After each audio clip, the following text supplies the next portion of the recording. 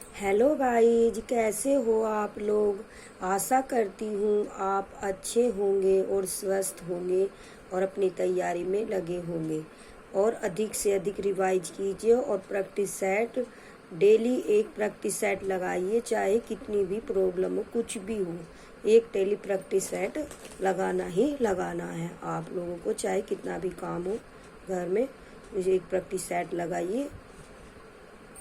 देखिए, आज मैं आपको मार्च के कुछ क्वेश्चन बचे हुए थे वे कराऊंगी और मार्च से संबंधित और भी अलग से क्वेश्चन कराऊंगी। देखिए, 30 मार्च 2024 को बाल भेदभाव से निपटने के लिए विधेयक पारित करने वाला पहला देश कौन बना है? तो फ्रांस बना है। अगला क्वेश्चन देखिए, 31 मार्च 2024 को किसे प्रतिष्ठित टाइम्स पावर आइकॉन 2024 अवार्ड से सम्मानित किया गया है? इसका आंसर है विजय जैन। 31 मार्च को आईसीसी एलिट पैनल में शामिल होने वाले पहले बांग्लादेशी अंपायर कौन बने हैं? सरफुद्दौला इब्ने। LCA तेजस MK-1A ने कहाँ अपनी पहली उड़ान पूरी की है? तो बेंगलुरु में। 31 मार्च 2024 को किस देश ने वायुमंडलीय अंतरिक्ष पर्यावरण निगरानी के लिए उपग्रह लॉन्च किया है? तो चीन ने। 31 मार्च 2024 को आई इंडिया टीबी रिपोर्ट 2024 के अनुसार भारत में नए टीबी मामलों में कितने प्रतिशत की कमी आई है? तो 16% की कमी आई है। 31 मार्च ये वेरी इंपॉर्टेंट है, इस टाइप के क्वेश्चन आ जाते हैं। ठीक है, 31 मार्च 2024 को किसने फिक्की FICC महिला संगठन के अध्यक्ष का पदभार संभाला है? तो जोयश्री दास वर्मा ने। 31 मार्च 2024 को किसे अंतर्राष्ट्रीय संस्कृत अवार्ड से सम्मानित किया गया है? तो मीना चंदारा को। देखिए, मियामी ओपन महिला एकल खिताब किसने जीता है? डेनियल कोलिस ने। कहाँ के प्रसिद्ध झांसी साजी क्राफ्ट को GI टैग मिला है? तो मथुरा के। इससे मार्च से संबंधित और भी क्वेश्चन देख लीजिए आप लोग। देखिए, महत्वपूर्ण दिवस और उनके विषय या थीम मार्च से संबंधित। 24 मार्च को विश्व क्षय रोग दिवस मनाया जाता है और इसकी थीम है हाँ, एक मिनट, हाँ, देखिए, हाँ, हम टीबी का अंत कर सकते हैं। अगला दिवस देख लीजिए आप लोग। 24 मार्च था 2024 विश्व क्षय रोग दिवस और इसका थीम है हाँ, हम टीबी का अंत कर सकते हैं। अगला क्वेश्चन देख लीजिए, अगला दिवस देख लिया आप। देखिए, ये 23 मार्च को विश्व मौसम विज्ञान दिवस मनाया जाता है। 23 मार्च को क्या मनाया जाता है? विश्व मौसम विज्ञान दिवस और इसकी थीम थी जलवायु कार्यवाही की अग्रिम पंक्ति में। जलवायु कार्यवाही की अग्रिम पंक्ति में है। देखिए, 22 मार्च को क्या मनाया था? विश्व जल दिवस। इसकी थीम क्या है विश्व जल दिवस की? शांति के लिए जल का लाभ उठाना।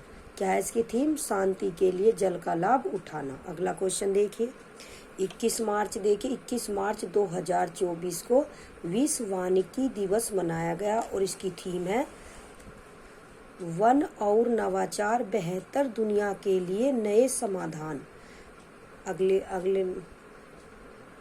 अगला दिवस देखिए आप मार्च को। देखिए, 16 मार्च को राष्ट्रीय टीकाकरण दिवस मनाया गया और इसकी थीम है टीके सभी के लिए काम करते हैं। अगली डेट देखिए, 8 मार्च 2024 को अंतर्राष्ट्रीय महिला दिवस मनाया गया है और इसकी थीम है एम्ब्रेस इक्विटी। ठीक है, देखिए 1 मार्च 2024 को 19 शून्य भेदभाव दिवस मनाया जाता है और इसकी थीम है हर किसी के स्वास्थ्य की रक्षा करना, सभी के अधिकारों की रक्षा करना। ठीक है। चंद्रयान से संबंधित क्वेश्चन। मिशन चंद्रयान 3 महत्वपूर्ण तथ्य। चंद्रयान 3 को 14 जुलाई 2023 को आंध्र प्रदेश के श्रीहरिकोटा में सतीश धवन अंतरिक्ष केंद्र से एस सोमनाथ की अध्यक्षता में इसरो द्वारा LVM-3 M4 रॉकेट से लॉन्च किया गया। वेरी इंपॉर्टेंट है, इससे संबंधित क्वेश्चन आ सकता है। ये पूछ लिया जा सकता है कि अध्यक्ष कौन है और कब लॉन्च हुआ था 3 वो चंद्रयान 3। तो 14 जुलाई 2023 को कहाँ हुआ था? आंध्र प्रदेश के कहाँ हुआ था? आंध्र प्रदेश के श्रीहरिकोटा में सतीश धवन अंतरिक्ष केंद्र से। ठीक है। और ये 23 अगस्त 2023 को सफलतापूर्वक चंद्रमा के दक्षिणी ध्रुव पर पहुंच गया था। कब पहुंच गया था? 23 अगस्त 2023 को सफलतापूर्वक चंद्रमा के दक्षिण ध्रुव पर पहुंच गया था। चंद्रयान 3 को 14 जुलाई 2023 को आंध्र प्रदेश के श्रीहरिकोटा केंद्र से लॉन्च किया था। कब किया था लॉन्च? 14 जुलाई को। और पहुंच गया था कब? 23 अगस्त को। आगे देखिए, इसमें 3 मॉड्यूल है। क्या है इसमें? 3 मॉड्यूल है। प्रोपल्शन मॉड्यूल है, लेडर मॉड्यूल है और रोवर है। तो लैंडर को विक्रम तथा रोवर को प्रज्ञान नाम दिया गया। तो लैंडर को दूसरा नाम विक्रम और रोवर को प्रज्ञान नाम दिया गया। चंद्रयान 2 को 22 जुलाई 2019 के सीवन की अध्यक्षता में, किसकी अध्यक्षता में?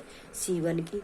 और तीसरा चंद्रयान किसकी अध्यक्षता में? सोमनाथ की अध्यक्षता में इसरो द्वारा GSLV मार्क 3 रॉकेट से लॉन्च किया गया था। ये देखिए वेरी इंपॉर्टेंट है ये भी। वंदे भारत ट्रेन 18 की शुरुआत कब हुई? पहली ट्रेन 15 फरवरी 2019 दिल्ली से वाराणसी के बीच चली। दूसरी ट्रेन 3 अक्टूबर 2019 दिल्ली से कटरा के बीच।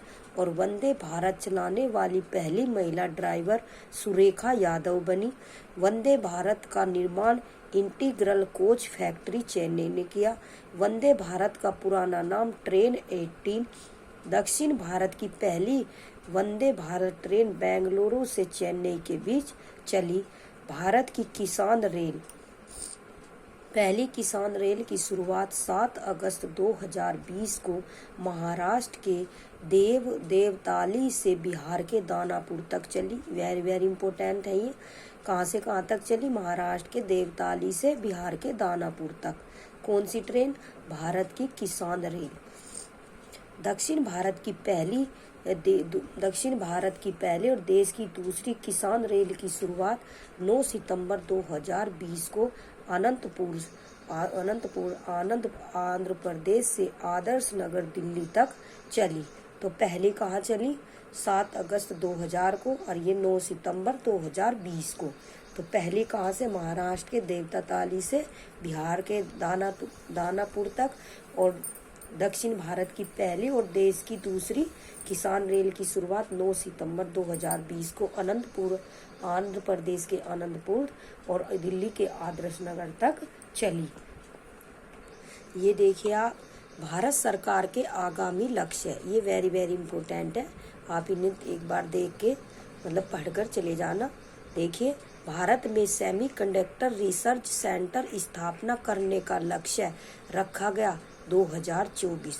कृषि में शून्य डीजल उपयोग, नवीकरणीय ऊर्जा का इस्तेमाल वर्ष रखा गया 2024।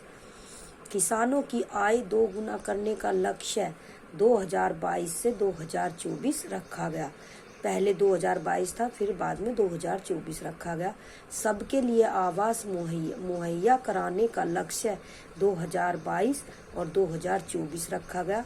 हर घर में नल से जल, स्वच्छ जल आपूर्ति का लक्ष्य 2024।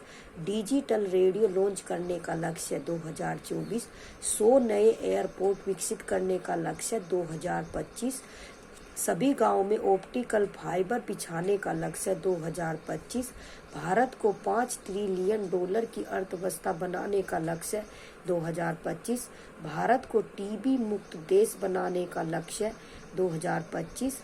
पेट्रोल में एथेनॉल को 20% मिश्रित करने का लक्ष्य 2025। $1 ट्रिलियन की डिजिटल अर्थव्यवस्था बनाने का लक्ष्य 2025। दूध का प्रसंस्करण को दोगुना करना 2025। वेटिंग टिकट को खत्म कर कन्फर्म टिकट देने का लक्ष्य 2027। 100 मीट्रिक टन कोयला गैसीकरण प्राप्त करने का लक्ष्य 2030।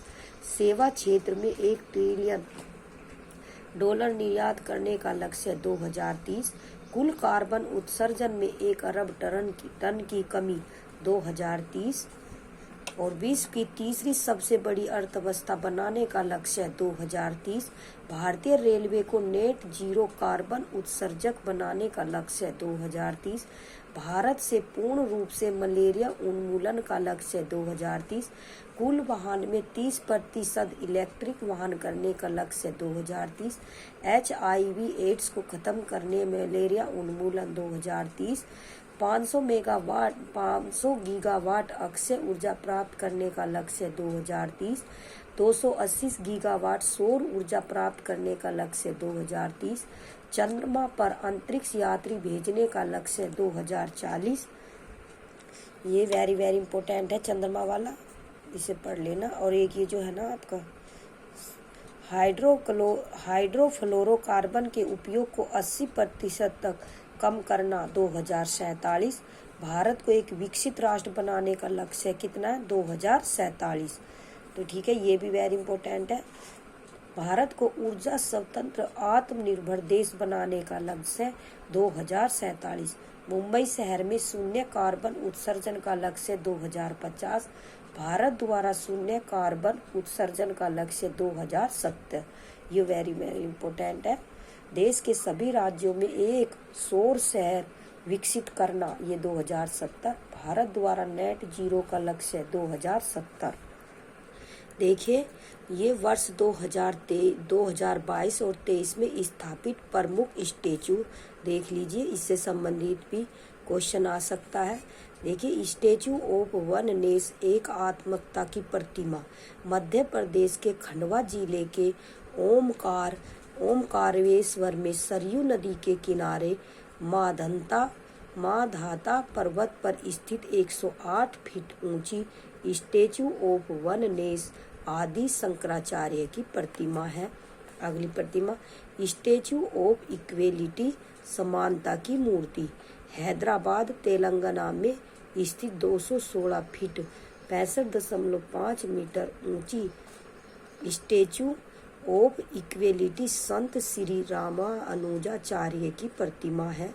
यह बैठी हुई मुद्रा में विश्व की दूसरी सबसे बड़ी प्रतिमा है।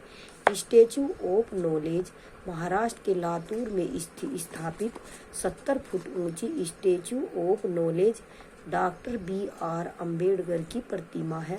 Statue of prosperity Bengaluru Karnataka में स्थित 108 फीट ऊंची statue of prosperity Shrinath Prabhu Kempe Gowda Bengaluru के संस्थापक की प्रतिमा है।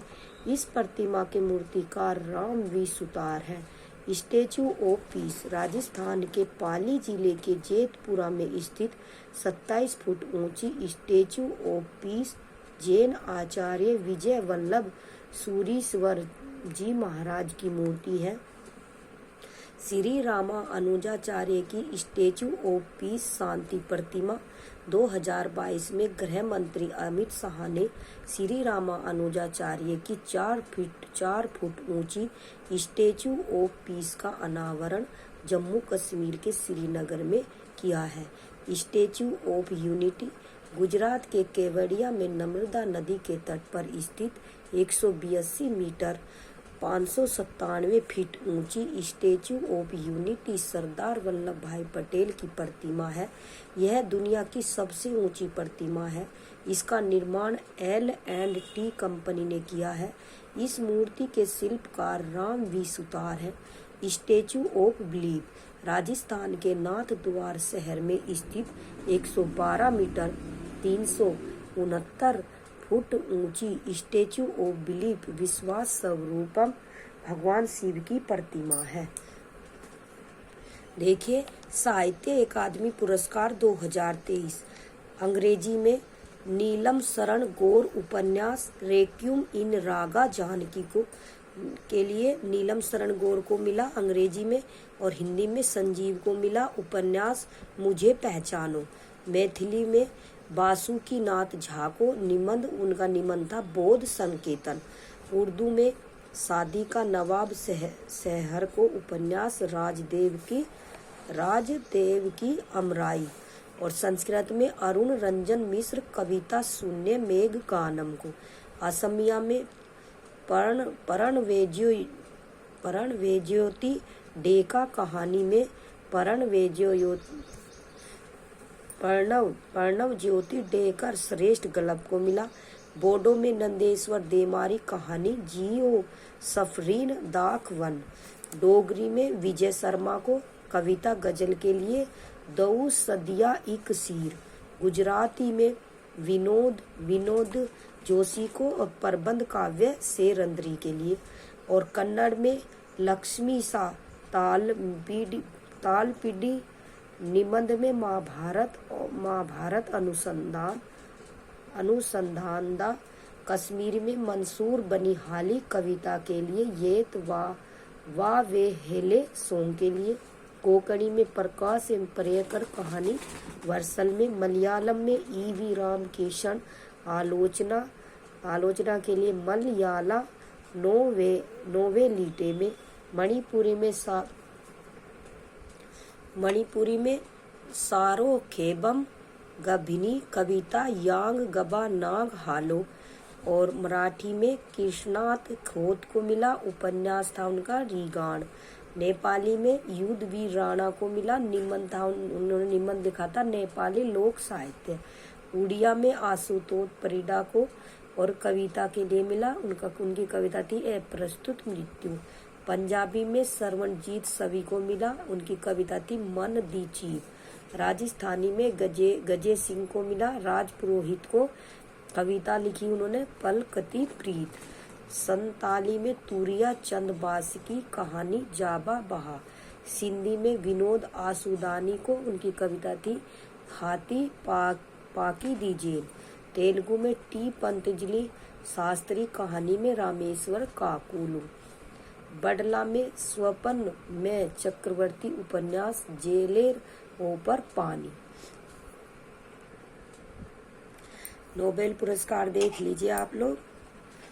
देखिए, नोबेल पुरस्कार 2022 के चिकित्सा में सवेंते पाबो स्वीडन का है जो इसे मिला है।